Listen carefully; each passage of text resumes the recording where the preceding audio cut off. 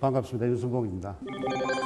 제가 시간을 받고 무슨 말씀을 드릴까 고민을 많이 했는데 무슨 이야기를 할까라는 이야기보다는 무슨 입장에서 이야기를 할까 하는 걸 먼저 고민해 봤습니다. 제가 야누스인데요. 두 개 얼굴이 있습니다. 한때 제가 괜찮았어요. 지금 제 직함이 의료원 추진단장하고 병원의 지원총괄사장이라는 직함이 있습니다만은 여러분들이 잘 모르는 또 제 새로운 얼굴이 하나 있습니다. 남들이 아무도 인정 안 하는데 제 스스로 저는 체인지 매니지먼트 전문가다라고 강하게 제가 주장을 하고 다닙니다. 반풍수 집안 망한다 하지만은 제 전문가에 대한 캐리어 조금 말씀을 드리면 제가 이력서 제일 마지막 부분에 가장 전공 과목을 체인지 매니지먼트라는 과목을 넣고 있습니다. 체인지 매니지먼트에 관련된 논문도 한 4편 정도 있고요. 제일 위에 거는 SSCI 논문입니다. 책도 한 8권 정도 썼고, 보고서도 한 7개 정도 있고, 심포지움도 제가 주관한 게 한 8차례 정도 있습니다. 그리고 제가 이 변화와 관련돼서 한국 사회에서 새로 만든 말도 여러 개 있는데요. 지금은 이게 다 상식적인 용어로 되어 있습니다만은 94년에 대기업병, 그 다음에 열린, 클러스터, 강소국, 국가 브랜드, 디지털 유목민, 이게 제가 거의 만든 이야기죠. 대기업병은 사전에 신조어로 이미 수록이 돼 가지고 있고, 열린이라는 이유에 대한민국 전체가 열린으로 나갔습니다. 열린 학교, 열린 방송, 열린 대학, 많은 사설들이 나왔고요. 강소국, 작지만 강한 나라, Small but Strong Company, SBS 컴퍼니라는 건데요. 컨트리라는 건데, 이것도 신조어로 지금 사전에 등록이 되어 있습니다. 디지털 유목민이라는 단어는 삼성전자에서 너무나 많이 사용한 단어고요. 이 정도면 아마추어 정도는 전문가로 인정해 주십니까? 제가 오늘 말씀드릴 주제는 5가지인데요. 조금 어려운 용어들이죠.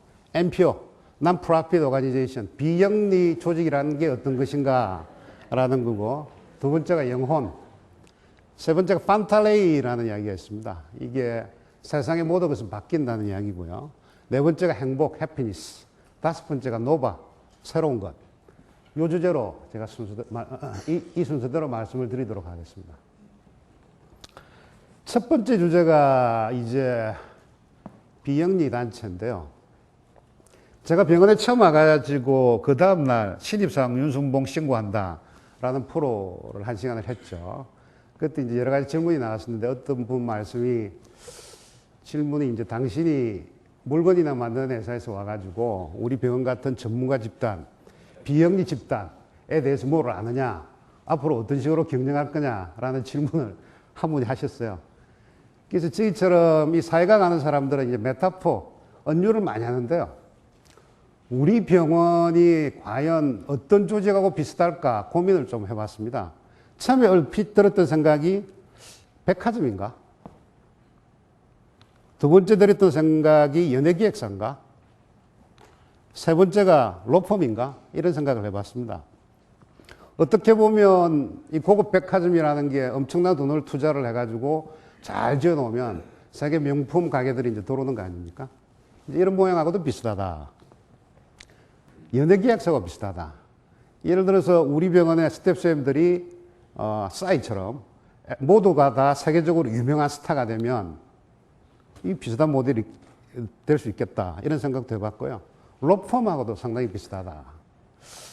세 가지 사이에서 이제 왔다 갔다 고민을 하다가 제가 결정적으로 생각했던 게 세계 공통점은 영리 조직입니다. 돈 버는 조직이죠. 그런데 저희 병원은 비영리 조직입니다. 그래서 비영리 조직에서 가장 비슷한 모델을 찾아보니까 야, 이거 대한민국 국회하고 비슷하다. 우리 병원이. 왜냐하면 이 국회란 조직은 첫째, 목적 자체가 공익을 위한 거다. 두 번째는 대한민국 국회에 300명이란 국회의원이 있는데 전부 다 각자가 헌법기관입니다. 어느 누구도 시비를 걸 수 없어요. 정당에서도 시비도 걸 수 없고 국회의장도 시비도 걸 수 없고 계보에서도 시비를 못 겁니다. 독자적으로 존재를 하거든요. 우리 병원의 스태프쌤들도 마찬가지다. 65세, 뭐 더 연장될 수도 있겠지만까지는 국가가 보증한 독립 헌법기관이다. 라고 저는 이제 생각을 했고요. 세 번째는 국회와 우리 병원의 공통점이 대장이 별로 힘이 없다. 국회의장이라는 게 국회의원들한테 지시할 수 있습니까? 합의를 구해야 되잖아요. 방향을 꺾어가고 비전을 제시하고 해야지 뭐 군대 수익으로 뭐 깔아볼까? 이거는 거의 불가능하다.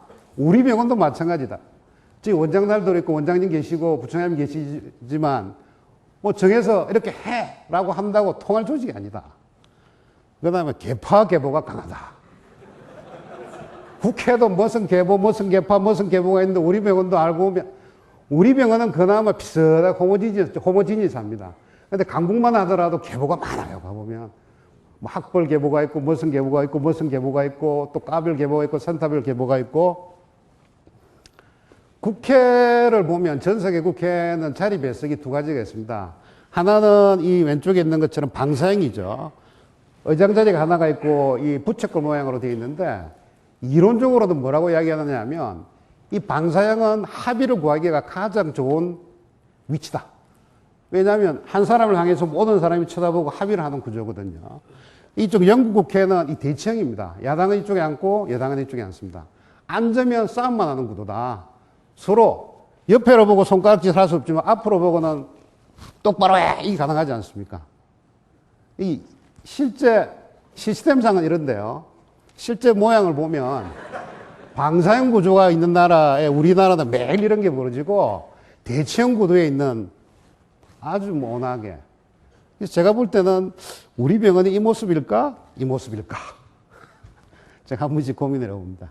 하여튼 뭐 제가 서론이 길었는데요. 하여튼 자고로 옛날에 히포크라테스가 이 치료를 하던 그리스 신전이라든지 또는 세계 최초의 병원이라는 인도의 아소카 왕이 만드는 병원이라든지 중세수도원이라든지 한국제중원이라든지 이 모든 것들의 공통점은 프로핏이 아니고 난 프로핏이다. 그래서 제가 여러 가지 책을 조금 읽어봤는데요. 그 중에서 제 마음에 가장 와닿는 책이 드러커가 썼던 책입니다. 이 책에서 뭐라고 이야기하느냐 하면 도대체 MPO의 존재 가치는 뭐냐? 딱 그 사람이 정의를 합니다. 한 사회나 자기가 속해 있는 사회나 또는 그 사회에 속해 있는 개개인의 삶에 어떤 변화를 주기 위해서 존재를 한다. 라고 명쾌하게 정의를 하고 있습니다. 이걸 가지고 조금 고민을 해봤습니다. 제가 앞에 CEO를 맡았던 삼성석유화학이라는 회사는 자본금이 200억입니다. 근데 제가 이익을 많이 낼 때 3천억까지 내본 적도 있습니다. 한 3년 제가 CEO를 했는데 3년 동안 벌은 돈이 한 30년 동안 벌은 돈보다 더 많이 벌었어요.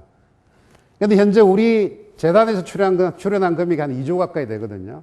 그럼 단순 비교를 하면 한 30조만큼 이익을 내야 됩니다. 저희 병원이. 근데 우리 목적에는 이익을 내라는 소리가 없습니다. 난 프로핏이죠. 그러면 이 퀘스천에 도대체 뭐가 들어가야 되느냐? 이게 사실 제가 몇 달 동안 계속 머릿속에 갖고 있던 카드 중에 한 가지입니다. 뭘까요? 예, 맞습니다. 사회적 가치. 소셜 밸류를 크리에이션을 해야 된다라는 거죠. 돈을 버는 게 아니라 30조에 해당되는 소셜 밸류를 저희들이 크리에이션 하지 못하면 병원으로서의 경영은 우리가 잘못하고 있는 거다라는 이야기죠. 이미 소셜 밸류에 대해서 도대체 뭐가 소셜 밸류냐 하는 거는 저희들이 병원에서 들어오다 보면 왼쪽에 있는 현판에 이미 설립 당시에 저희 이사장께서 이런 식으로 지침이 벌써 정해져 있습니다. 그리고 드러커는 이런 이야기를 하고 있습니다. 비영리 단체에서 강조해야 될 것은 아웃풋이 아니라 아웃컴이라고 이야기하고 있습니다. 예를 들면 어떤 단체가 있는데 이 단체의 목적이 노숙자들을 잘하는 단체다라고 하면 많은 조직들은 거창한 미션만 걸고 실제 아웃풋을 자랑을 합니다. 우리가 노숙자한테 몇 시간, 2시간을 투자를 했냐, 우리가 얼마나 많은 사람을 투자를 했냐, 이거 가지고 자랑 안 하는데 실제 중요한 것은 그런 아웃풋이 아니고 아웃컴. 세상을 어떻게 바꿨느냐. 이게 더 중요하다라고 이야기를 하고 있습니다. 다시 말하면 실제 우리의 목적이 노숙자의 자아이면 자아에 성공한 노숙자 수가 몇 명이다. 이게 아웃컴이다. 아웃풋을 강조하지 말고 아웃컴을 강조하라 라고 이야기를 하고 있습니다. 그리고 그자는 4가지 정도로 이야기를 하고 있습니다. 첫 번째는 이런 아웃컴을 정할 때 4가지 목적이 있어야 된다. 첫째 하나는 현실하고 타협하지 말고 목표 수준을 아주 높게 잡아라. 두 번째는 이거는 세상의 변화를 도모를 해라. 세 번째는 아무거나 이거저거 하지 말고 가장 성과가 잘 날 수 있는 부분부터 먼저 포커싱을 해라. 그럼 네 번째는 이 성과 중에서도 양보다는 먼저 질을 추구를 하고 질이 잡히면 그 다음에 양을 추구를 하라. 이런 네 가지의 레코멘드를 하고 있습니다. 첫 번째 골이 현실과 타협하지 않는 높은 수준의 골입니다. 제 비전이 그 조건을 갖추고 있다고 생각합니다. 20 by 20 정말 어려운 목표죠. 해피 이노베이션, 환자 행복, 이거 정말 어렵습니다. 아주 높은 수준의 목표를 저희들이 잡았습니다. 환자 행복을 위한 의료 혁신, 이거를 명사로거나 나열하면 아무것도 아니지만 실제 저희들이 띄어쓰기를 하지 않는 이유는 환자 행복이 아니라 환자 행복입니다. 의료 혁신입니다. 합해진 게 환자 행복을 위한 의료 혁신인데 아주 높은 골입니다. 두 번째는 세상의 변화에 주목을 하라. 그리고 환자 수가 어떻다, 수술 건수가 어떻다, 논문 수가 어떻다, 수가 아니고 그걸 통해서 어떻게 사회를 바꿨느냐. 우리는 환자 행복을 통해서 사회를 바꾸겠다. 이런 이야기죠. 그 다음엔 잘할 수 있는데 힘을 먼저 집중을 하라. 1 플러스 3이 바로 그거다라고 생각을 할 수 있습니다. 뭐 양에서 진로, 이거는 뭐 벌써 1년 전부터 강조된 이야기고요. 이거는 이제 비영리 단체에서 비전이고요. 그 다음에 일반 기업 조직에서 비전이 제대로 된 비전을 만들려고 그러면 네 가지 요건이 있어야 된다. 첫 번째, 꿈과 희망을 줄 수 있어야 된다. 두 번째는 고객 위주로 비전을 만들어라. 세 번째는 목표가 아주 구체적이어야 된다. 네 번째는 조직원들, 일상생활과 직결이 돼야 그게 좋은 비전이다. 라고 이야기를 하고 있습니다. 예를 들어서 꿈과 희망을 줄 수 있는 비전 중에 가장 높이 치는 게 마틴 루터 킹 박사가 만든 I have a dream 이거죠. 나는 지금 꿈을 꾸고 있다. 어느 날 조지아에서 미시시피 알라바마까지 이르기까지 옛날에 노예 아들들과 노예 주인의 아들들이 같이 손을 잡고 움직이는 세상, 이런 걸 만들고 싶다라고 하는 게 마틴 루터 킹 박사의 주장이고, 지금 이미 미국이 바뀌고 있습니다. 오바마가 대통령 된 게 이미 그런 증거 아니겠습니까? 우리 병원도 꿈과 희망을 담고 있습니다. 두 번째는요, 비전은 우리 중심으로 만들면 안 되고 고객 입장에서 만들어라, 이렇게 되어 있습니다. 예를 들어서 가장 실패 사례가 미국을 지배하고 있는 철도에서 엠트랙인데요. 엠트랙이 200년 전에 처음에 사업을 시작할 때 우리는 철도 사업을 한다. 우리하고 똑같습니다. 우리는 병원 사업을 한다. 이런 식으로 만드는 거죠. 세상이 바뀌다가 보니까 비행기가 나오고 고속도로가 나오고 DHL 같은 게 나오고 하다 보니까 이 엠트랙이 갈 자리가 없습니다. 만일에 그 당시에 엠트랙이 우리는 철도 사업을 한다가 아니고 우리는 고객과 암호를 빠르고 편리하게 실어 나른다 라고 비전을 만들었습니다. 이미 미국은 엠트랙 철도와 엠트랙 항공, 엠트랙 고속도로, 엠트랙 DHL로 모든 물류를 다 지배를 했을 겁니다. 자기 입장으로 비전을 만들었기 때문에 실패를 했습니다. 이번에 저희들이 비전을 만들 때 신경을 쓴 거는 우리는 병원 사업을 한다, 의료 사업을 한다가 아니라 고객 입장에서 우리는 고객을 행복하게 만들어주겠다라고 고객 입장에서 만드는 거죠. 세 번째, 비전. 좋은 비전은 구체적이어야 됩니다. 좋은 비전의 예가, 예를 들면 케네디 대통령이 만들었던 우리는 인간을 달로 보낸다. 이게 1961년도에 나사가 실패를 했죠. 소련이 스푸트니크 1호로서 우주인을 제일 먼저 우주로 보냈을 때 미국 전체가 패닉 상태에 빠졌습니다. 그때 케네디가 만들었던 비전이 우리는 인간을 달로 보내겠다라고 했고, 아폴로 19호를 통해서 달로 보냈습니다. 달로 보내면 성공, 달로 못 보내면 실패. 명쾌합니다. 성패 여부가. 민간 기업에서 비전이 확실한 데가 인류 최초로 택배 시스템을 만드는 페데랄 익스프레스입니다. 페덱스는 비전이 이렇습니다. 일 배달. 정확하죠? 물건을 다음날 저녁까지 보내주면 성공, 못 보내주면 실패. 이런 거거든요. 저희 비전도 명쾌합니다. 20 by 20라는 비전이 있습니다. 그럼 네 번째인데요. 이게 실제 원장단에서 저희들이 이야기할 때 굉장히 악유가 많이 붙은 부분인데요.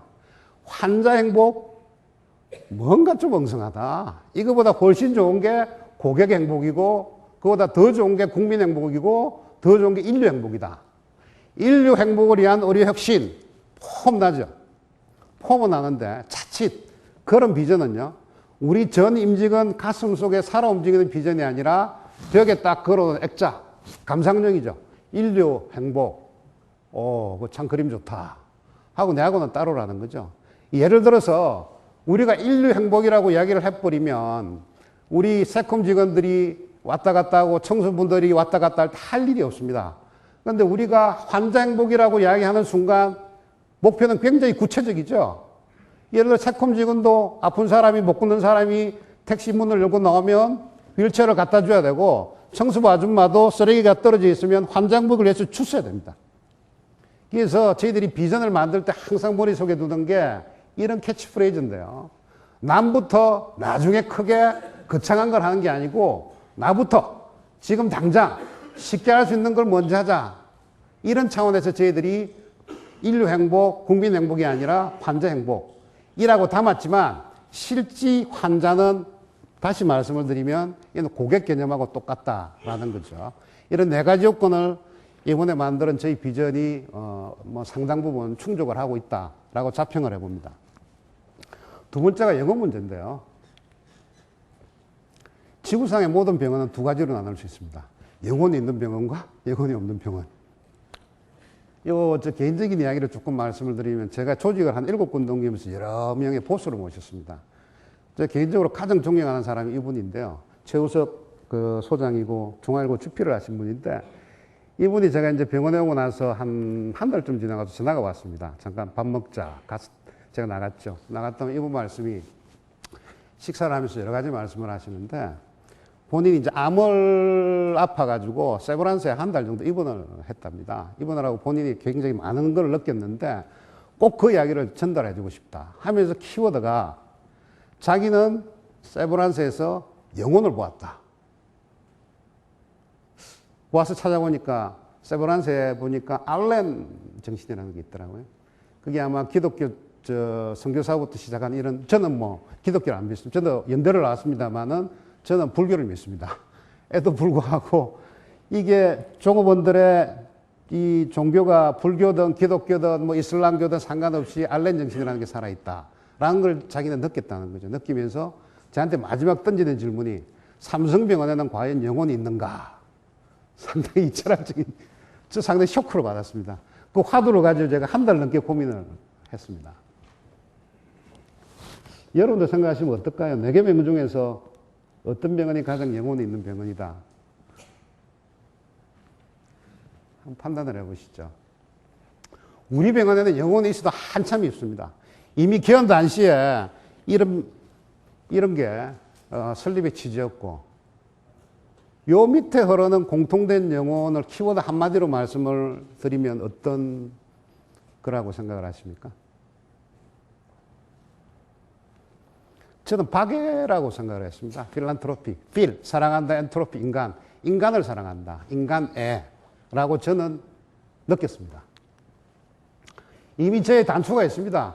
저희가 개헌 당시에 산물을 내걸었는데요. 보호자 없다, 기다림 없다, 존재 없다. 이거 밑에 흐르는 게 저는 박애라고 생각을 하고 있고 이미 이건 훌륭한 정원이다. 그리고 이게 현재도 많은 실현이 이루어지고 있다는 거죠. 얼마 전에 저희들이 같이 활동을 했던 케이스죠.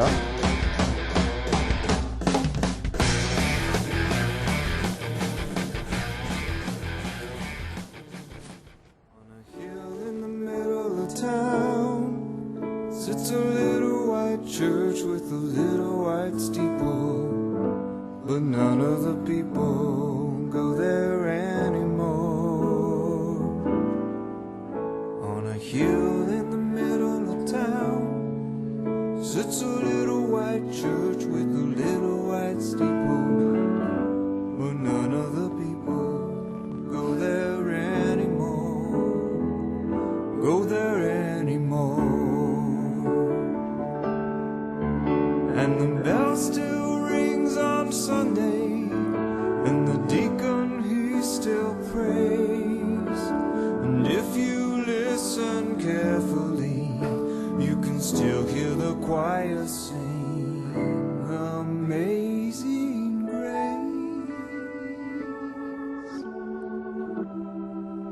On a hill in the middle of town sits a little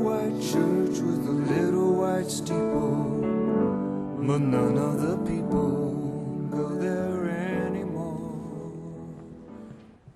아까 드러커 이야기는 좋은 미션을 가지고 세상을 바꿔야 된다고 이야기를 했고, 우리 병원 모든 임직원들이 힘을 모아서 엄청나게 세상을 바꾸고 있습니다. 저는 사실 이거를 보고 눈물이 핑 한 번 돌아온 적이 있었는데요. 그래도 뭔가 조금 부족한 게 있지 않느냐, 이제 이런 생각을 하고 있습니다. 최근에는 이런 비영리 집단뿐만이 아니라 영리 집단에까지도 영혼의 이야기를 하고 있습니다. 이 필립 코틀러라는 사람이 뭐 현존하는 마케팅에서는 세계 최고의 대가인데요. 이분의 책을 읽어보면 소위 영리 기관 중에서도 영혼을 강조하는 기업들은 미션과 비전과 가치를 통해서 세상을 바꾸려고 노력을 한다. 그리고 그 사람들은 목적 자체가 돈을 보겠다는 그 한 단계를 넘어서 사회 문제를 해결하겠다는 목적을 가지고 있다. 그리고 이런 목표를 세우고 실제 고객들의 삶의 차이를 만드는 게 이 정신적인 영적인 마케팅의 본질이다라고 코틀러가 감히 이야기를 하고 있습니다. 그래서 제가 조금 고민을 해봤는데요. 이거는 드러커가 만드는 데다가 조금 제가 베리에이션을 넣은 건데, 첫 번째, 영리병원과 비영리병원의 차이가 뭘까? 첫째는 영리는 이윤 추구고 우리는 박의 실현이다. 두 번째, 고객은 누구냐? 영리병원은 내원 환자지만 내원 환자뿐만 아니라 잠재 환자, 미래 환자, 소외 환자까지도 대상이다. 그리고 고객들한테 뭐를 오퍼링해서 어떤 결과를 얻느냐? 영리병원은 의료 서비스를 오퍼링을 해서 이윤을 창출을 하지만 비영리는 병원에 있는 모든 활동, 모든 프로세스, 모든 행위, 우리가 숨쉬고 출근하고 진료를 보고 하는 모든 것들이 다 환자 행복을 위해서 바뀌어야 된다. 그리고 가버넌스는 전통적인 영리병원은 군대 조직 같은 세목골 구조를 갖고 있지만 비영리 구조는 수평적인 구조를 가지고 있다. 그 다음에 이 프로세스 자체는 매출이나 이익을 많이 올리기 위해서 목표를 설정하라고 성과평가를 하지만 영혼이 있는 병원에서는 환자 행복을 위해서 실행 목표가 설정이 되고 그 목표는 아웃컴과 이런 임팩트 중심이다. 채널은 의료진을 통해서 전달이 되지만 영혼이 있는 병원은 자기뿐만이 아니라 오픈 이노베이션입니다. 전 조직은 전 협력기관, 파트너와 같이 세상을 바꿔야 된다. 되게 이런 식으로 제가 나름대로 한번 정리를 해봤습니다. 그런데 세상이 너무나 빨리 바뀝니다. 세 번째 하도 판타레이로 넘어가겠습니다. 이 판타레이는 그리스의 헤라클레이토스라는 이 변화론의 창시자가 만드는 이야기인데요. 만물 유전입니다. 세상의 모든 것은 바뀐다는 거죠. 당신이 몸을 강에 담그고 있지만 어제 담근 물과 오늘의 강물은 다른 물이다. 어제 물은 이미 흘러갔다. 매일 아침에 태양을 뜨는 걸 보지만 뜨는 태양은 어제 태양과 다른 태양이다. 뭐 여러 가지를 이야기했는데 이 사람이 이야기했던 패러독스 중에 가장 재미난 패러독스는 세상에서 절대 변하지 않는 단 하나의 진실이 있다. 그건 뭐냐? 세상의 모든 것은 바뀐다는 사실. 그것만이 진리다. 이런 패러독스를 만드는 변화론의 창시자인데요. 그럼 최근에 우리를 둘러싸고 있는 세상이 어떻게 바뀌고 있나? 개콘 보십니까? 변해도 너무 빨리 변합니다, 이게. 변하는 모습의 가장 전형적인 것을 저희들이 찾을 수 있는 단초가 이 구글인데요. 구글이라는 이 사이트 자체가 이 자이트가이스트 시대 정신을 압축하기 위해서 만들어서 발전된 게 지금이 구글인데요. 자, 지금 작년에 이 구글에서 뽑았던 여러 가지 자이트가이스트 중에서 첫 번째 키워드가 분노하라는 겁니다. 세상 전체가 지금 분노에 빠져 있습니다. 그 가장 전형적인 게 오큐파이드 월스트리트인데요. 월스트리트를 점령하라. 그러니까 이게 소위 말하는 월스트리트가 금융 자본주의를 가지고 세상을 망쳐놓았다. 이래서 이제 이런 데모들이 뭐 지금도 계속되고 있죠. 요거는 글자를 보니까 그리스하고 비슷한 것 같죠, 그죠? 이건 한글이 있으니까 우리나라에서도 분노하는 이런 모습입니다.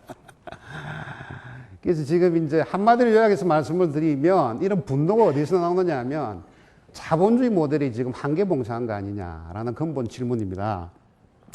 그래서 작년에도 이제 조선일보를 필두로 한국적 자본주의도 뭐 한계 봉착을 했다. 그래서 경제민주화다 등등 이야기들이 가장 많이 나오고 있고 저도 사실은 그걸 하면서 제가 총괄 기획을 담당을 했습니다. 담당을 했을 때 제가 던졌던 키워드에 대해서 잠깐 말씀을 드리면요. 현재 지구가 몸살을 앓고 있는 이 낡은 자본주의 모델에서 가장 문제점은 세 가지입니다. 첫 번째 가지는 카지노 캐피탈리즘입니다. 세상이 다 돈 중심으로 돌아간다. 두 번째는 샬록 캐피탈리즘입니다. 수준노 자본주의, 피도 눈물도 없다. 세 번째는 피스톨 캐피탈리즘, 권총 자본주의입니다. 힘을 가진 사람들이 성자 독식을 한다. 라는 데 대해서 전 세계가 지금 분노를 하고 있습니다. 첫 번째 카지노 자본주의입니다. 저희 집사람만 해도 아침에 일어나가지고 제일 먼저 보는 게 어제 저녁에 나스닥이 얼마에 끝났느냐. 5년 전만 해도 안 그랬습니다. 제 집사람 늦잠 안 잡습니다. 지금 일어나서 제일 먼저 보는 게 이거 꺼내서 어제 나스닥이 뭐 0.5% 올랐다, 1% 떨어졌다. 언제 대한민국 주부들이 그런 거를, 전 세계가 이 카지노, 돈 중심으로 돌아가고 있습니다. 그래서 이게 월스트리트 그 자체가 카지노다라는 이제 비난이 일어나고 있고요. 그래서 이런 반전으로 요새 이야기되고 있는 게 이 스털린이 이야기했던 게 소득이 적당 수준까지 올라가면 행복하고 비례를 하지만 어느 정도를 지나고 나면 아무리 돈 벌어봐야 행복하고 상관이 없다라는 이제 이런 거죠. 특히 우리나라 같은 경우에 보시면 전형적인데 우리나라의 PPP 소위 말하는 Product Purchase Price 그러니까 실제 물건을 살 수 있는 우리 소득은 거의 3만 불입니다. 29,790불이죠. 일본이 한 3만 3천 불 되거든요.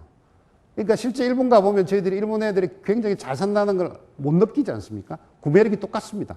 이미 우리가 선진수준까지 올라와 있기 때문에 이 돈만으로 해결할 수는 없는 것이다. 해서 이제 드디어 경제학에서도 행복을 이야기를 하기 시작합니다. 두 번째가 샬록 자본주의입니다. 피도 눈물도 없는 자본주의입니다. 베니스 상인에서 나와가지고 이 주인공이 안토니오가 돈을 빌렸는데 돈을 못 갚으면 심장에서 가장 가까운 살 1파운드를 도려낸다 라고 해서 샬록이 도려내고 있는 장면입니다. 피도 눈물도 없는 이런 걸 저희들은 샬록 자본주의다 라고 이야기를 하고 있죠. 그래서 그 반전으로 나오고 있는 게 사실 박애죠. 박애 자본주의입니다.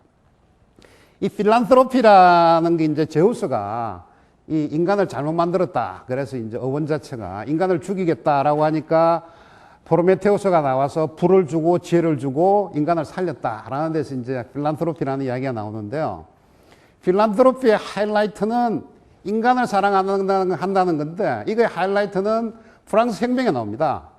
프랑스 혁명에서 나온 정신이 자유평등 박애고 지금 프랑스의 국기가 3색깔입니다. 파란색은 자유를 표시를 하고 흰색은 평등을 표시를 하고 빨간색은 박애를 표시를 합니다. 이 자유평등 박애라는 게 상당히 재미난데요. 자유에서 경쟁이 나왔고 시장이 나왔고 소위 말하는 우파가 나왔고 보수주의가 나왔습니다. 평등에서 분배가 나왔고 공산배급이 나왔고 진보주의가 나왔고 좌파가 나왔습니다. 자유평등은 정치적인 논란이 있는 부분입니다. 박애에서 배려가 났고 이 나눔이라는 게 나왔는데요. 이 박애라는 거는 좌파든 우파든 누가 정권을 잡든 상관없이 공동적으로 선택하는 게 이 박애입니다. 그런데 조금 어원을 재미난 게 프랑스에서는 박애를 표현할 때 필란트로피로 표현을 하지 않습니다. 프레터니티로 표현을 하는데요. 프레터니티의 프레터가 라틴어로 보면 브라더입니다. 그럼 프레터니티라는 것은 브라더훗이죠. 인간을 사랑하기에 앞서서 형제, 동료를 사랑하라 이런 뜻이 들어가 있습니다. 물론 그 출발이 옛날에 길드로 통한 장인사회에서 출발을 했기 때문인데요. 그래서 이 프랑스 혁명사에서 볼 때 저희들이 얻을 수 있는 차관점은 박애의 시작은 바깥이 아니라 우리 안이다. 안에서부터 박애를 펼쳐야 된다. 박애라는 게 뭔가를 베푸는 게 아니라 남을 사랑한다는 마음이거든요. 동료애입니다. 동료애. 그래서 우리 병원 안에서도 여러 직종간 또는 여러 부서간 여러 상하간에서 먼저 필란트로피가 실천이 돼야 외부와의 필란트로피가 시작이 된다라는 거죠. 이게 잘 될 경우에는 용광 넣어야 되지만 못 될 경우에는 죄수의 딜레마입니다. 죄수의 딜레마라는 게 정말 똑똑한 사람이 합리적으로 의사결정을 내리는데 벽이 딱 쳐져 있으면 최악의 결정이 나온다는 거죠. 실제 두 사람이 합의를 하면 감옥에 1년만 살 수 있는데 벽에 쳐 있기 때문에 5년을 살 수밖에 없다라는 게 프리즈너 딜레마인데요. 흔히 이런 것은 발생을 합니다. 특히 부문 간에 상하 간에 좌우 간에 벽에 있는 조직에서는 이런 게 발생을 하죠. 이게 반대말이 멜팅팟입니다. 모든 걸 한 군데 녹여 넣는 거. 그래서 이런 자본주의 진화라는 게 이제 자본주의에서 사람이 중요하니까 휴먼 캐피탈이다. 그 다음에는 날리지 캐피탈이다. 박애가 중요하니까 필란트로피 캐피탈리즘이라는 말이 맞는데 먼저 선수를 친 사람이 있습니다. 비숍이라는 사람이 그걸 줄여가지고 필란트로 캐피탈리즘이라는 신조어를 만들었고 최근에는 이게 대한 연구가 엄청나게 진행이 되고 있습니다. 우리나라 말로도 번역이 되어 있는데요. 박애 자본주의라는 책입니다. 한 번쯤은 읽어볼 만한 책인데요. 이 비숍이 필란트로 캐피탈리즘에서 강조하고 있는 게 요약해서 말씀드리면 한 3가지입니다. 첫 번째는 레버리지를 올려라. 박애 자본도 옛날처럼 100원을 투자하면 실제 요새 많은 자선단체들 보면 실제 수혜자한테 10원이 제대로 안 갑니다. 그런데 제대로 하려고 그러면 100원을 투자로 해서 1000원, 만원, 10만원 레버리지 지렛대 효과를 올리라는 거죠. 그걸 하려고 그러면 인풋, 아웃풋을 아주 철저히 챙겨야 되고 많은 네트워크를 활용을 해야 된다. 그리고 철저하게 아웃컴에 집중을 해라. 우리가 어떻게 세상을 바꾸느냐. 근데 그게 질적 목표든 양적 목표든 그 목표는 숫자로 계량을 해야 되고 측정을 하고 평가를 해라. 다음에 이 포커싱을 해라. 이 효과가 있는 부분에 먼저 넣고 효과가 없는 부분에 대해서는 과감하게 폐기를 해라. 그리고 리스크 테이킹을 하고 강하게 혁신적인 방법을 넣어라. 그러기 위해서는 분야를 초월해서 많은 사람들을 데리고 와야 된다라고 비숍이 강조를 하고 있습니다.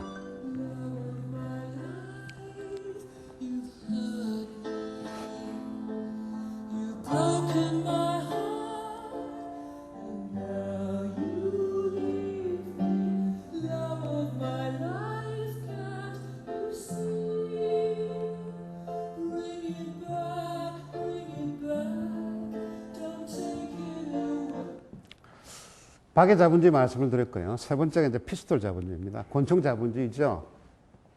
하드 파워로 세상을 지배하는 자본주의입니다.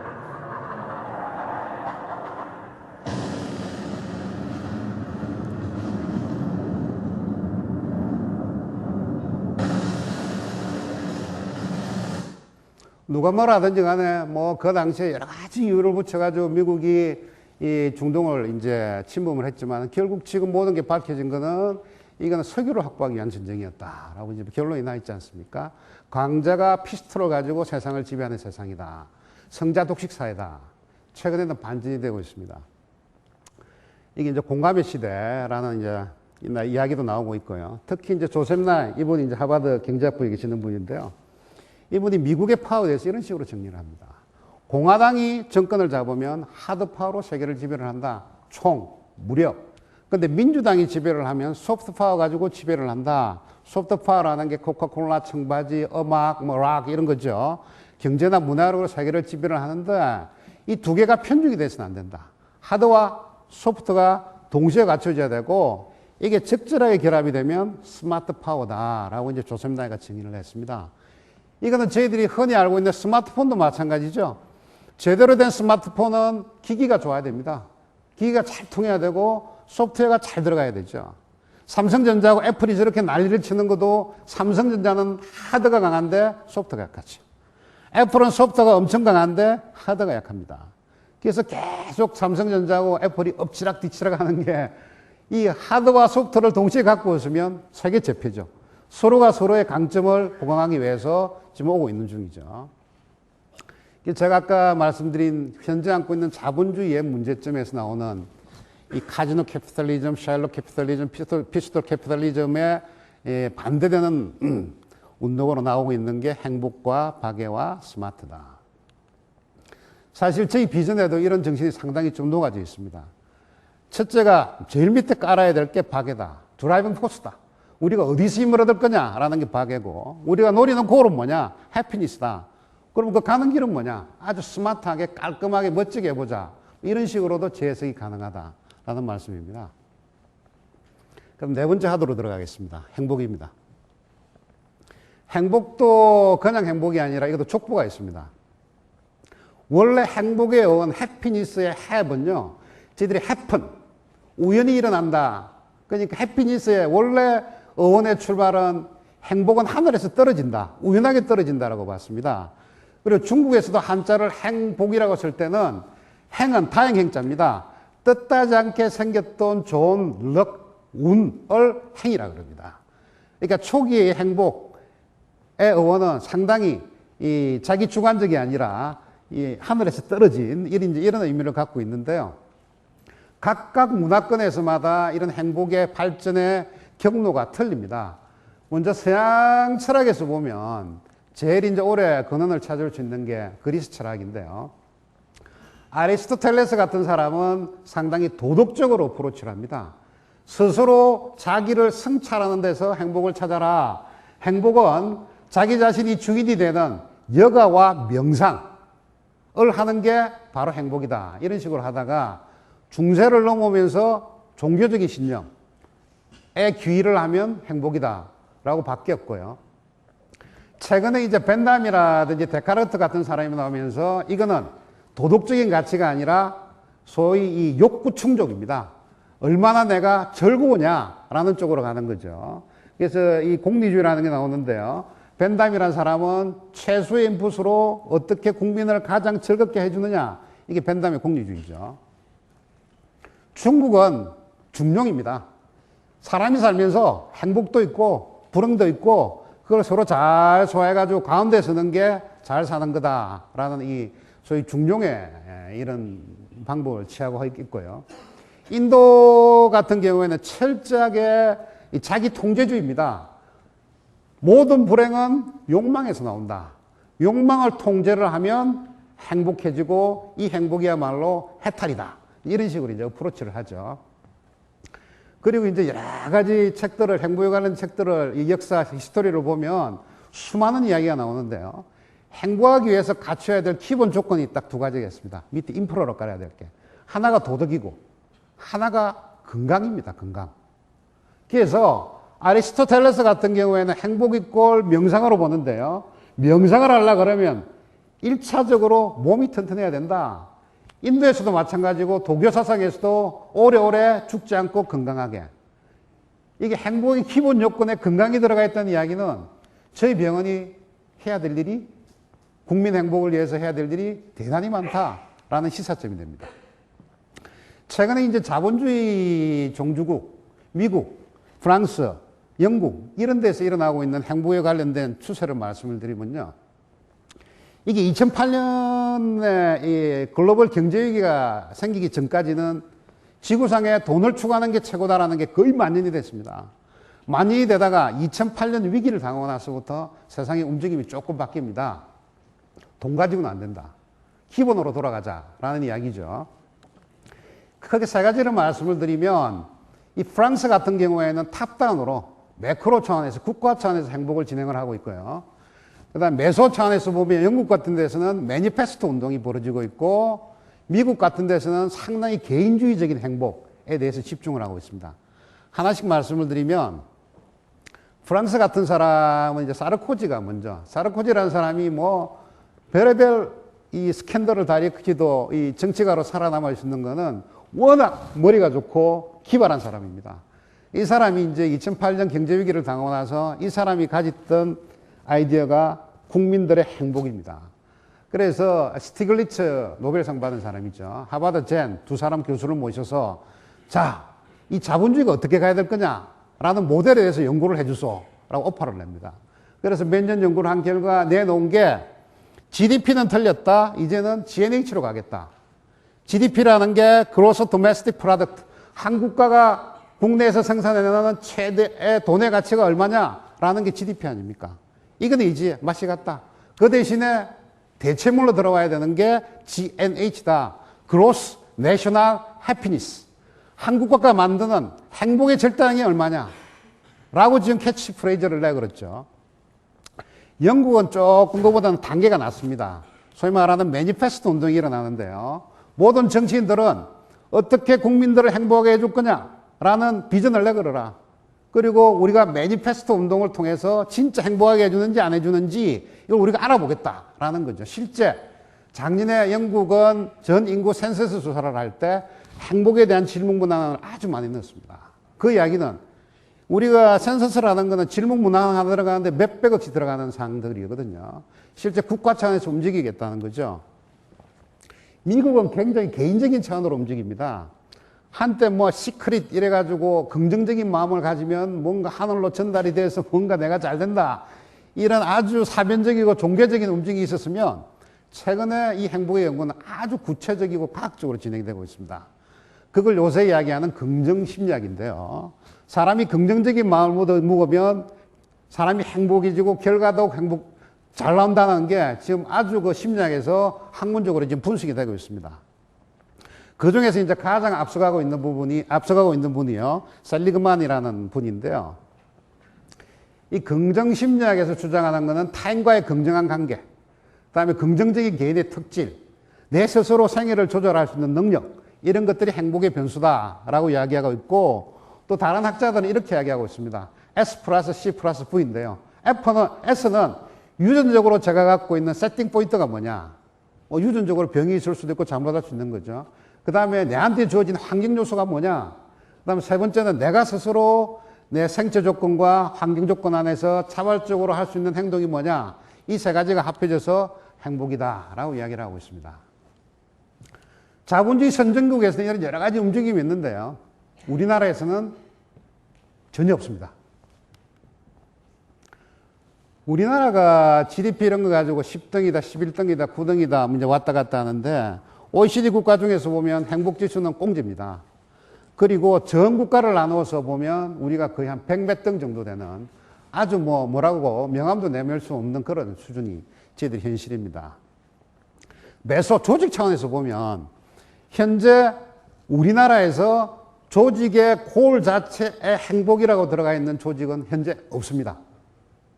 아마 우리가 제대로 실현을 하면 한국에서 첫 케이스가 될 거로 저는 보는데, 물론 사이드로 갖고 예를 들어 SK 같은 데서 무슨 고객 행복 이렇게 하는 거는 본업은 따로 있고, 사회봉사나 기업 차원에서 행복이란 말을 소위 말하는 이 분장하는 수준에 쓰는 건데, 우리처럼 행복이라는 용어 자체가 조직의 핵심 골로 들어온 경우는 저희들은 최초입니다. 물론 외국에는 이런 케이스가 굉장히 많죠. 최근에 이제 언론에서 뜨고 있는 자푸서라는 회사, 인터넷에서 신발 파는 회사 아닙니까? 이 회사가 며칠 전에, 얼마 전에 아마존에 팔렸는데 무려 1조 2천억에 팔렸습니다. 신발 전화기 몇 대 가지고 신발 주문받아서 배달해 주는 회사가 어떻게 1조 몇천억에 팔립니까? 이 사람들은 자기들은 신발을 판매한다고 생각을 안 합니다. 행복을 판다고 생각을 합니다. 이 사람들이 무슨 짓을 하느냐 하면 홈페이지에 들어가 보면요. 홈페이지 제일 상단에 붙어 있는 게 자기들 콜센터 전화번호입니다. 콜센터의 모든 직원들은 가장 뛰어난 정규직으로 뽑습니다. 그리고 어떤 히스토리까지 있냐면 콜센터의 직원이 전화를 하나 받아가지고 고객과 6시간 통화를 한 경우도 있습니다. 그리고 어떤 사람이 자기들한테 주문을 하면 자기 가게에 그 신발이 없으면 다른 데 가서 찾아서 대신 갖다 줍니다. 그리고 밤에 들어가기 전에 전화로 주문을 하면 다음날 아침에 일어나서 보면 앞에 신발이 문 앞에 딱 놓여 있습니다. 신어보고 사이즈가 작으면 전화를 하면 다시 가져가서 다음날 아침에 또 신발을 갖다 줍니다. 이 스토리는 이루 말할 수도 없는 스토리인데, 이 가게는 신발을 파는 가게가 아니라 행복을 파는 가게다라는 거고요. 이 사람들이 주장하는 것은 행복이라는 것은 이성이나 과학이 아니다. 이거는 감성이고 문화다라고 주장을 하고 있습니다. 그리고 이제 마이크로 차원입니다. 조직 차원에서 행복을 말씀드렸고, 이제는 자기 개인 차원인데요. 제가 여러 사람들한테 물어보니까 한국적인 행복은 뭐냐? 먹고 살아야 된다. 내 몸 건강해야 된다. 그 다음에 부부와 간에 금실이 아주 좋아야 된다. 가족들끼리 화목을 해야 되고, 끝도 없이 내 스스로 개발을 할 수 있어야 된다. 그리고 뭔가 남들한테 혜택을 주면 내 스스로 행복해진다. 내가 가진 목소리와 내 뜻이 우리 조직과 사회와 세계 시민들한테 영향을 미쳐야 된다. 이렇게 주장하는 사람들도 있고, 또 다르게 보면 행복의 3대 요소는 결국 돈과 명예와 권력이다. 이 밑에 깔리는 게, 위에 깔리는 게 자아실현이고, 그 밑에 깔리는 게 박애정신이다. 이렇게 이제 이야기하는 분들도 있는데, 하여튼 여러 가지를 보고 저희들이 일단 행복이란 키워드를 가졌으면, 아까 질문도 나오셨는데, 조직이 행복한데 나는 불행한다? 그건 있을 수가 없습니다. 2차 산업화가 가능합니다. 제품이라는 매개체가 있기 때문에, 제품만 잘 만들면 제가 불행해도 고객이 행복해질 수가 있습니다. 그렇지만 3차 산업의 서비스라는 것은 생산 순간에 동시에 소비가 되기 때문에 생산과 소비가 동시에 일어나기 때문에 그 순간에 행복과 불행이 고객들한테 전달이 됩니다. 내가 불행한데 고객을 절대 행복하게 해줄 수가 없죠. 그런 차원에서 우리 임직원 행복이 이제 어떤 가치를 가지는 거고요. 그 다음에 이제 제가 아까도 말씀을 드렸습니다만은 환자 행복에서 제가 행복을 말씀을 드린 거고, 그럼 우리가 환자를 어떻게 봐야 될 거냐라는 이야기인데요. 요건 SMC 정의로 해서의 환자는 이렇습니다. 통상 우리가 고객 만족을 할 때 고객의 정의를 이렇게 합니다. 고객에는 내부 고객이 있고 외부 고객이 있다. 일단 내부 고객을 먼저 만족시키고 외부 고객을 만족을 시키자. 이런 이야기도 있고, 그다음 고객은 1차 고객과 최종 고객이 있다. 1차 고객은 환자, 2차는 가족, 3차는 국민, 4차는 세계 시민이다.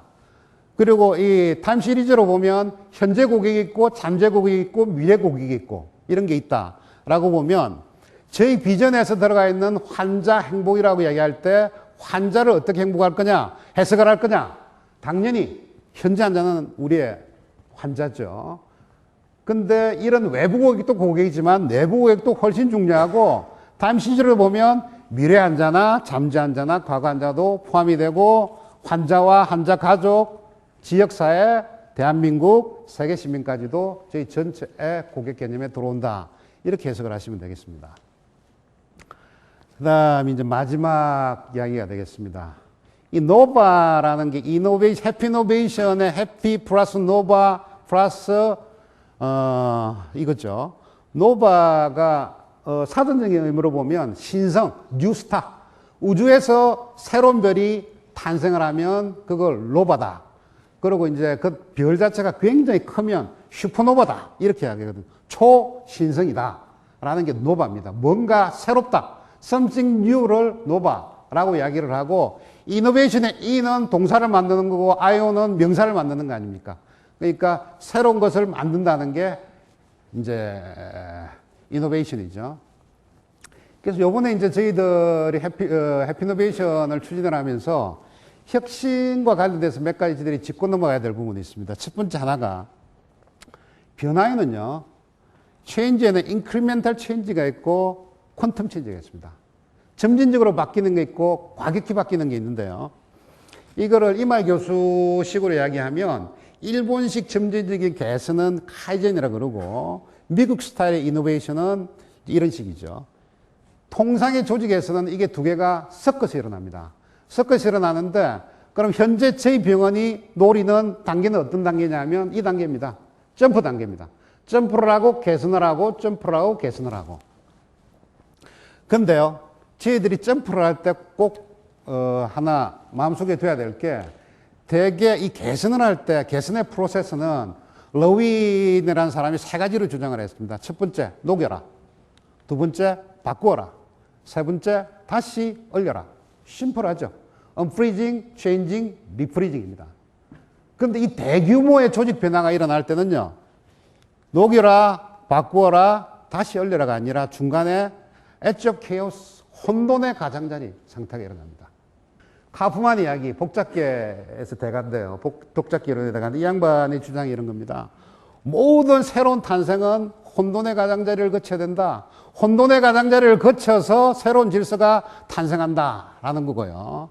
잘 아시는 유레이 밀러가 원시 대기에다가 암모니아고 넣고 나서 이 번개 대신으로 해서 이 전기 자극을 주면 거기에서 단백질이 생긴다라고 이야기할 때 번개불이 번쩍하는 순간을 저희들은 혼돈의 가장자리라고 이야기를 합니다. 위상전이에서 페이즈 트랜지션에서 물이 얼음이 되고 얼음이 기체가 되고 기체가 플라즈마가 되는 순간, 예를 들면 0도와 100도, 이게 저희들은 혼돈의 가장자리고, 그 혼돈의 가장자리에서 새로운 질서가 탄생되는 거죠. 얼음이란 질서가 물로 되고 물이란 질서가 기체로 되는 거죠. 저 여러 의사 선생님들 계시는데 이런 말씀을 드려도 될지 모르겠지만 저는 이 생명체에 대해서도 복잡 이론에서 보면 굉장히 다른 시견을 갖고 있습니다. 36.5도를 유지한다는 것은 거의 기적입니다.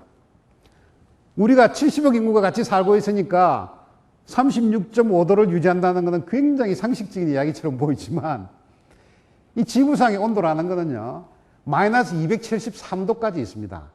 실제 현존하는 최저의 온도가 부메랑 성운이라는 한 1000광년 떨어진 성운에서 현재 마이너스 272도까지 측정이 되거든요. 마이너스 273도부터 해서 수천도, 수만도까지가 우주에 존재하지 않습니까? 유일하게 36.5도만 유지돼야지만 제 생명체가 살 수가 있습니다. 거의 기적이죠. 그런 단계를 혼돈의 가장자리라고 이야기를 하죠. 이 혼돈의 가장자리는 과학에서만 일어나는 게 아닙니다. 모든 사회과학에서도 많이 일어나는데요. 예를 들면 토마스 쿤, 여러분들 패러다임 체인지, 이거 토마스 쿤이라는 사람이 과학서술에서 만드는 이야기잖아요. 뭔가 크게 바뀌면 파라다임이 바뀐다 하는 게 이 사람이 만드는 이야기인데, 이 사람도 과학이 바뀌려고 그러면 그냥 A에서 B, C로 넘어가는 게 아니라 중간에 혼돈이 가중이 되면서 위기가 일어나고 그 다음에 과학혁명이 일어난다. 일리아 프리고진, 노벨 이제 화학상을 타신 분이죠. 이분은 새로운 질서가 되려고 그러면 바로 위기가 오는 게 아니라 동료 범위가 이탈되면서 위기가 온다. 칼막스도 마찬가지입니다. 모든 사회과학에서, 자연과학에서 큰 변화가 일어나려고 그러면 혼돈의 가장자리라는 게 생긴다라는 거죠. 그리고 저희들이 경험할 수 있는 게 저항입니다. 통상 저희들이 혁신이라는 활동을 해보면 엄청난 저항이 생기는데요. 저항이 있으면 조직에 좋다, 나쁘다. 어느 거겠습니까? 저희들이 절대 피해야 될 게 저항이 없는 겁니다. 저항이 없다는 이야기는 대개 네 가지 정도입니다. 첫 번째 하나는 뭔가 우리가 새롭게 한다고 하지만 선수들론에서 보면 저거 옛날 거나 이거나 똑같아. 포장만 다시 해놨어. 절대 저항이 안 일어납니다. 그럼 두 번째는요. 조직 전체가 좀비입니다. 시체입니다. 저항할 힘도 없습니다. 이러면 저항이 없죠. 다음 셋째는요. 모든 사람이 그룹 싱킹입니다. 한 방향으로 군대처럼 돌격 앞으로 하면 가고 철수하면 철수하고 그럼 저항이 일어날 수 없죠. 네 번째가 이 게릴라전인데요. 두꺼비처럼 워낙 바람이 거세니까 이때는 그냥 고개 딱 숙이고 코를 땅에 박고 있는 게 좋아 라고 했다가 분위기 쫙 풀리면 다시 두드리씩 나오는 이런 네 가지 경우에 저항이 없다라고 이야기를 합니다. 그래서 저희들이 볼 때는 저항이 없다는 게, 반발이 없다는 게 절대 좋은 이야기가 아니다. 이런 혼돈의 가장자리에 빠져 들어가려고 그러면 저항과 반대와 악유가 많으면 많을수록 좋다라고 이야기를 하는 거죠. 이제 코너가 이 저항에 대해서 연구한 결과를 보면 참 재미난데요. 이게 아주 긍정적인 변화가 일어날 때도 이런 엄청난 조직의 저항이 있다는 겁니다. 코너는 이야기를 안 했지만 제가 비유해서 말씀을 드리면 이 남녀 간의 결혼에 대해서 제가 비유를 해서 말씀드리면 처음에 길 가다가 딱 스쳤는데 불꽃이 뻗쩍 뛰었단 말이죠. 마음이 들었어요. 내가 저자하고 살면 내가 행복하겠다. 내가 저자하고 살면 행복하겠다. 결혼했을 거 아닙니까? 하면 결혼을 하고 이제 첫날밤을 지내고 이래 해보니까 옆에 있는 남자가 옛날에 보니까 멀쩡한데 잘 때 뭐 이빨도 갈고 뭐 코도 골고 뭐 난리를 친단 말이에요. 옆에 있는 여자가 보니까 화장인 줄 알았는데 어떻게 보니까 변장한 수준이단 말이에요. 이야, 이거 속았다. 이제 이래 되는 거예요. 실제 같이 살다 보면 뭔가가 속았다. 이렇게 되면 구체적인 비판과 의심이 막 나오기 시작합니다. 파국 상태로 가는 거죠. 근데 행복한 결혼이라는 거는 이걸 극복을 하는 겁니다. 극복해서 가장 중요한 거는 솔직함과 소통입니다. 사실 고백하는 거죠. 내 이거 숨겼다. 봐도 네가 이해해라. 양보하고. 이렇게 하다 보면 서서히 희망이 생기고 또 좋은 증거를 찾다 보면 100년 살아간다. 이런 건데요. 이게 서로 좋아서 하는 결혼에도 이런 엄청난 이 저항과 반대와 악유가 생깁니다. 그런데 우리가 지금 노리고자 하는 타겟은 정말 높은 타겟이고 우리가 죽도록 해도 될똥말똥한 그런 타겟입니다.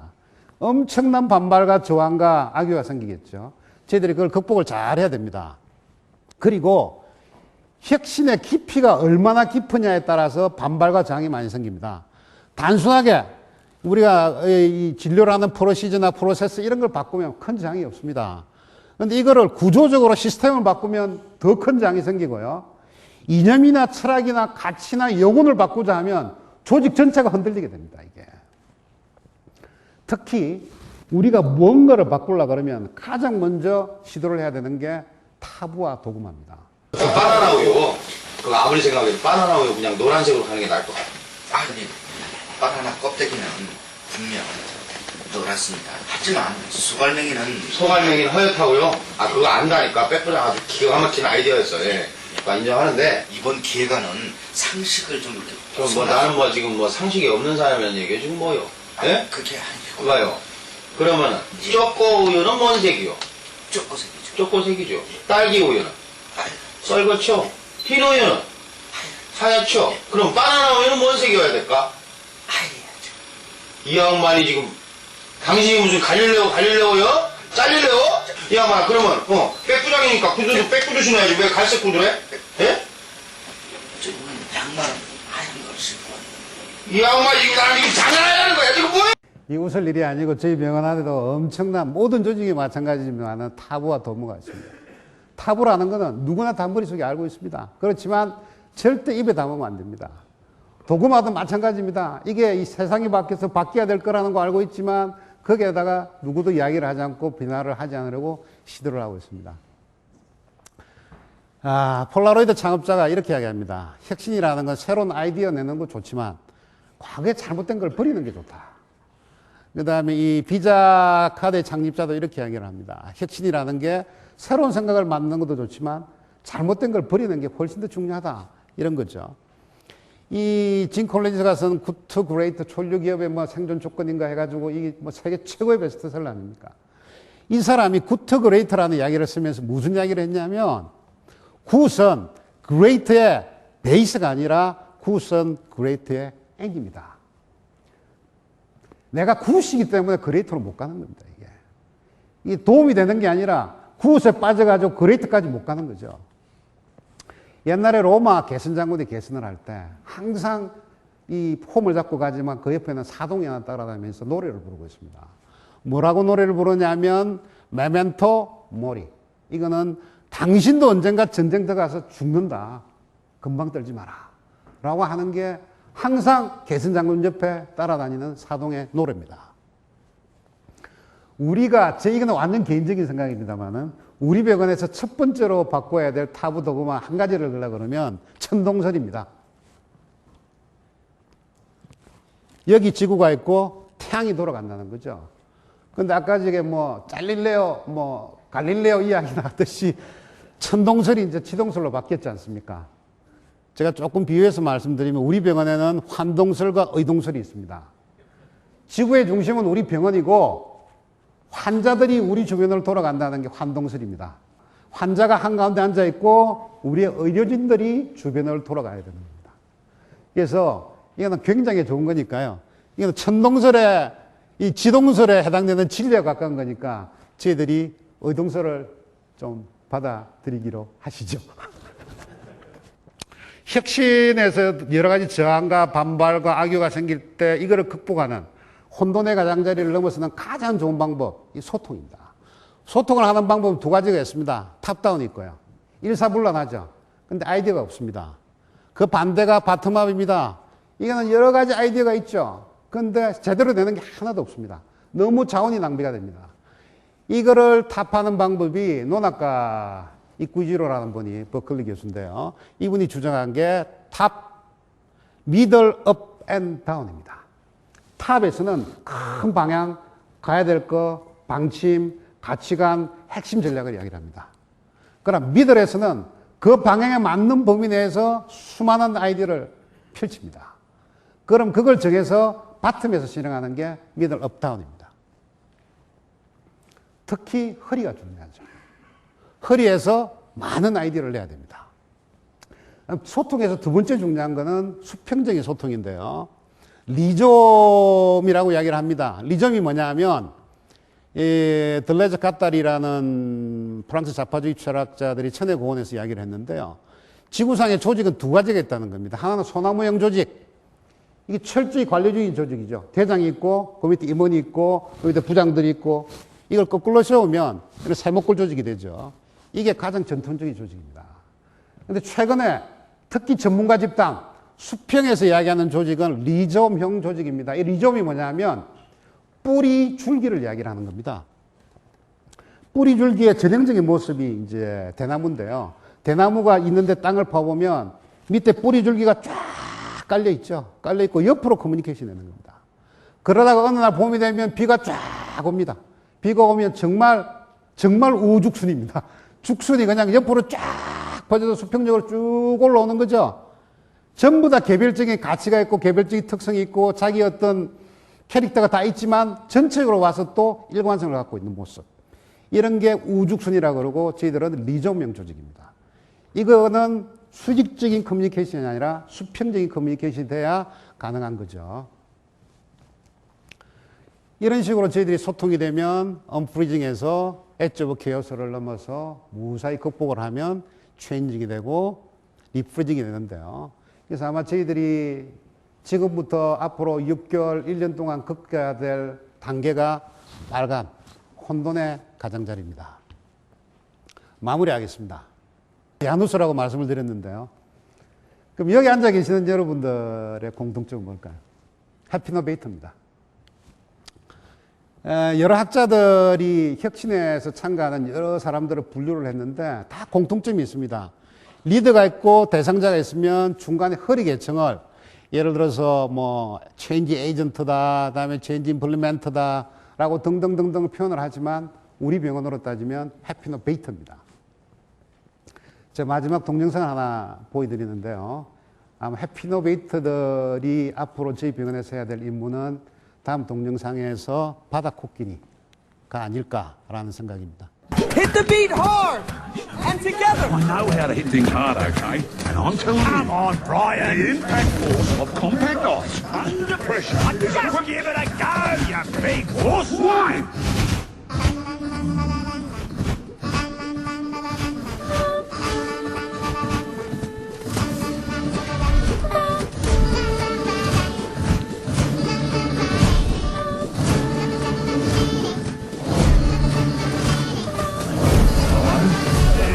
There we go. Now you're talking, Brian.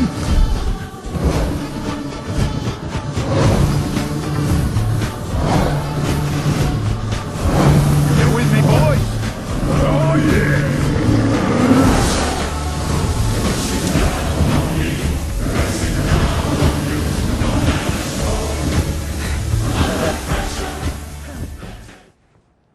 제 말씀 다 끝났습니다. 감사합니다.